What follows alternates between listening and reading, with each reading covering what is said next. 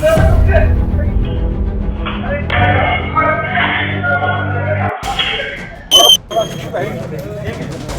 जगह है। सच्चाई है। अभी जो आदमी गया था घर पे, उसने खड़े होकर अभी पंचायत के बीच में कही है। मैं उनके घर के बाहर गया, मैंने पूछा तरसेम जी हैं, उन्होंने कहा नहीं है, फॉर्म वापिस आ गए। इसके अलावा यदि वो कोई ब्लेम करते हैं तो उस ब्लेम को भी हम एक्सेप्ट कर लेंगे। तो भोपा था, भोपे ने हाँ कर दी, कहता जी ठीक है। दूसरा आदमी दीपक मित्र था, वो कहने लगा हाँ ना कर दिए, हाँ ना कर दिया, वकील है, कहीं ना कहीं फंसा के खड़ा कर लेगा। नहीं करते हैं तो आप क्या करेंगे? हमें कोर्ट में जाना पड़ेगा। कानूनी कार्रवाई का जहां भी हमारे पास लीगल रेमेडी होंगी हम वो अडॉप्ट करेंगे। उनकी दरखास्त हमारे वो नहीं आया, हाँ है वो नहीं आया, उनकी दरखास्त है। अब आ रही है 40 आदमी। आज का जो वाका है, आज हमें फोन करके जंग बहादुर के पास फोन गया कि आपके खिलाफ कंप्लेंट आई हुई है और थाने में आइए। हम यहाँ 12:30 बजे से बैठे, लेकिन दूसरी पार्टी यहाँ है ही नहीं, वो आई नहीं रही। हम इन 50 आदमियों को यहाँ बुला के इस गर्मी में, आजादी का दिन जहां हर आदमी आजादी के उत्सव को हर्षोल्लास से बनाने की कोशिश कर रहा है, और हमें आजादी के दिन इतनी भी आजादी नहीं है कि हम अपने घर पे बैठ के झंडा फहरा लें या टीवी पे बैठ के प्रोग्राम देख लें। दिल्ली में मोदी जी झंडा फहरा रहे हैं, उनका भाषण सुन लें। हमें तो इतनी भी आजादी नहीं है, हमें तो आज थाने में बुला लिया। प्रधान जी एक बुद्धिजीवी समाज है अपना, कहीं ना कहीं लोग इसको ये भी समझते हैं कि क्यों न दोनों पक्षों के आदमी मिलकर इसका सुलझा रखा जाए। ये बात आपकी जायज है। मैं इसके बारे में कहना चाहता हूँ, 13 तारीख को जब SHO ईश्वर सिंह जी ने हमें वहां बुलाया, दोनों ग्रुप बैठे थे। हमारे चंद्रकांत जी हैं, आर्य समाज के प्रधान हैं, प्रतिष्ठित व्यक्ति हैं। उन्होंने ये कहा जो आपने कहा कि समझौते की बात। मैंने वहां खड़े होकर कहा कि इस मंदिर का संचालन 50 साल से स्वामी मुक्तानंद जी कर रहे हैं। मैं ये कहता हूं कि ना आपकी ना इनकी, किसी की नहीं, जो स्वामी जी कर दे मंजूर। कहने लगे नहीं। फिर मैंने एक बात और कही, मैंने कहा स्वामी जी आपको भी छोड़ दे और इनको भी छोड़ दे, एक नई कमेटी का गठन करते हैं। कहते वो भी नहीं, स्वामी जी का तो नाम ही मत लो। मैंने कहा वो बात भी चलो ठीक है।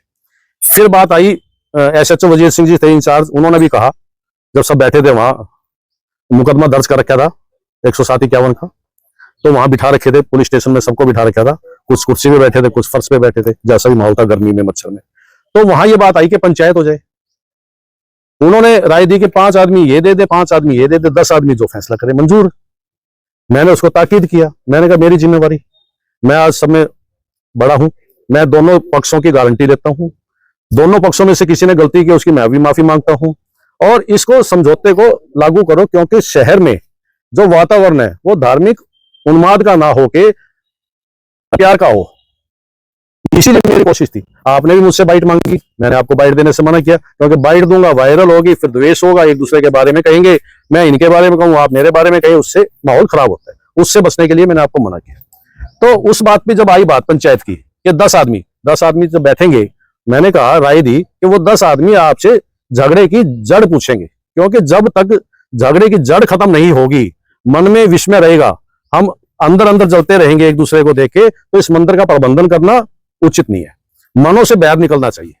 तो वो जड़ खत्म जब होगी, जब उस पंचायत के सवाल जवाब होंगे, उनका जवाब देंगे, उसमें आपसे वो पूछेंगे कि झगड़ा क्या है, आप कहेंगे ये है, वो कहेंगे ये है, वो कहेंगे ये। उसमें एक बात और भी निकल के आएगी कि मंदिर का प्रशासन किसके हाथ में था, प्रबंधन किसके हाथ में था। आप कहोगे हम कर रहे हैं 50 साल से, 50 साल से यदि आप कर रहे हैं तो वो फिर आपसे 50 साल का हिसाब भी पूछेंगे। हिसाब पूछेंगे तो आपको बही बसना भी देना पड़ेगा। तो उनमें से एक व्यक्ति कहने लगा, वो भोपा था, भोपे ने हाँ कर दी, कहता जी ठीक है। दूसरा आदमी दीपक मित्र था, वो कहने लगा हाँ ना कर दिए, हाँ ना कर दिया, वकील है, कहीं ना कहीं फंसा के खड़ा कर लेगा, सलाह करके बात करेंगे। मैंने कहा कोई बात नहीं, आप 1 दिन 2 दिन 3 दिन 4 दिन आप सलाह करो, हमें कोई दिक्कत नहीं है। जो बात मैं यहां रख रहा हूं मैं उस पर खड़ा हूं। आप 3 दिन बाद कह देना पंचायत कर लो जी, हम तैयार है, मैं इनको भी बिठा दूंगा, ठीक है जी। मैं अपनी बात पे स्टैंड रहूंगा, आप रहे ना रहे। उसके बाद फिर वो मुकदमा दर्ज था। मैंने इन सबकी कहा कि SHO साहब को, आप इनको मेरी जिम्मेवारी पे रात को छोड़ दो, सुबह 10 बजे मैं पेश कर दूंगा। कल शाम तक बैठे रहे, कल शाम को जमानत हुई, जबकि कानून ये कहता है कि एक मुकदमा इनके ऊपर पहले से है, जमानत तो होनी नहीं चाहिए थी। मैं इसलिए चुप रह गया कि मैंने कहा चलो कोई बात नहीं, बच्चे बाहर। तो आज के दिन उसमें तरसेम कुमार डीजे वाला एक नया इशू क्रिएट कर रहा है।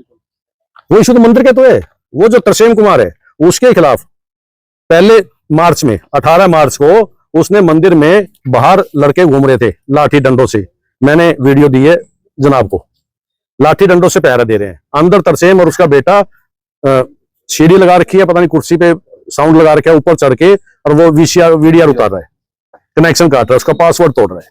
हमने उसकी कंप्लेंट दी थाने में 21 मार्च को।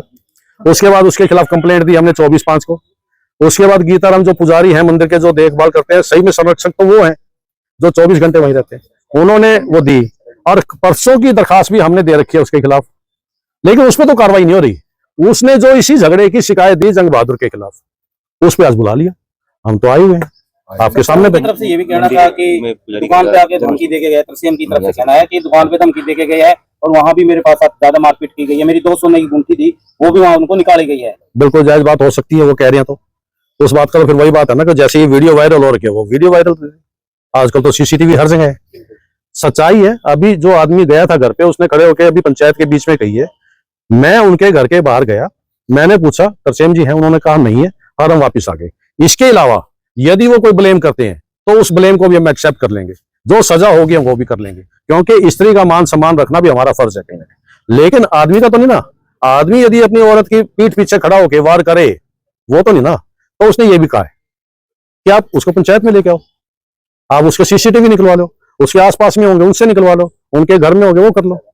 झूठा एक उसकी मिसेज आई हुई थी कल, हाँ, तो उनका ये कहना था कि कल कुछ व्यक्ति आते हैं मेरे पास और धमकी देते हैं, भाई कहाँ है, मेरे को तो पता भी नहीं उसके साथ क्या हो गया। बाद में पता चलता है भी उसके साथ जो है मारपीट की गई और हॉस्पिटल में। बिल्कुल जायज बात आपकी, यही इसी बात का तो जवाब दिया मैंने आपको भी। वो जो गए थे ना घर पे, जो आप कह रहे हैं, जो सवाल आया था कि घर पे गए थे कुछ व्यक्ति, वो उसी बात को तो कह रही है कि वो आए थे। वो उस गए को हालचाल पूछने को वो धमकी कह रही है, धमकी की वीडियो दिखा दे कहीं भी सीसीटीवी में। तो आखिर में क्या प्रधान जी क्या कुछ करना है? करना तो सरकार को है जी। हम आप तो ऐसे इकट्ठे होके आए तो कुछ समझौते के तो लिए आए होंगे आप। हमने तो ऑफर है हमारी तो अभी भी, मैं तो अभी भी कह के आता हूं कि पंचायत पे, स्वामी जी पे, मंदिर पे, समाज के प्रबुद्ध व्यक्तियों पे झगड़े को तो खत्म होना ही चाहिए। झगड़ा तो खत्म होना ही चाहिए। हम क्यों करें झगड़ा? कोई हमारे मंदिर तो यही रहना है। जो मंदिर के सन 75 में 38 आदमी थे, उसमें से तकरीबन 34-35 तो भगवान को प्यारे हो गए।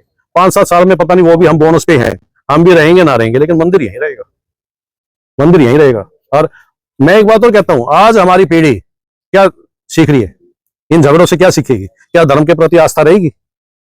बताओ। हमारे बच्चों में भी तो यही जालिस आएंगी कि इसने मेरे पापा के खिलाफ ये बोला, इसने मेरे पापा को डंडा मारा। ये तो मनों में वेद भाव और बैर बढ़ने वाली बात है ना।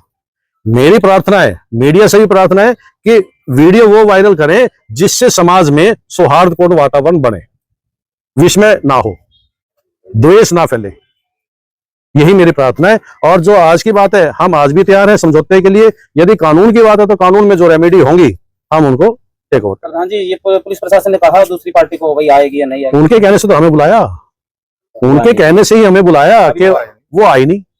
हमें 12:30 बजे का टाइम दिया, फिर कहा इन्होंने 20 मिनट में 1 बजे आ जाएंगे। 1 बजे के बाद भी वो यहीं से घूमते देख दुख कर वापिस चले जा रहे हैं। आओ ना, सामने है, सीधी सी बात है, स्पष्ट है, कोई चोरी थोड़ी है। क्यों जी? धन्यवाद।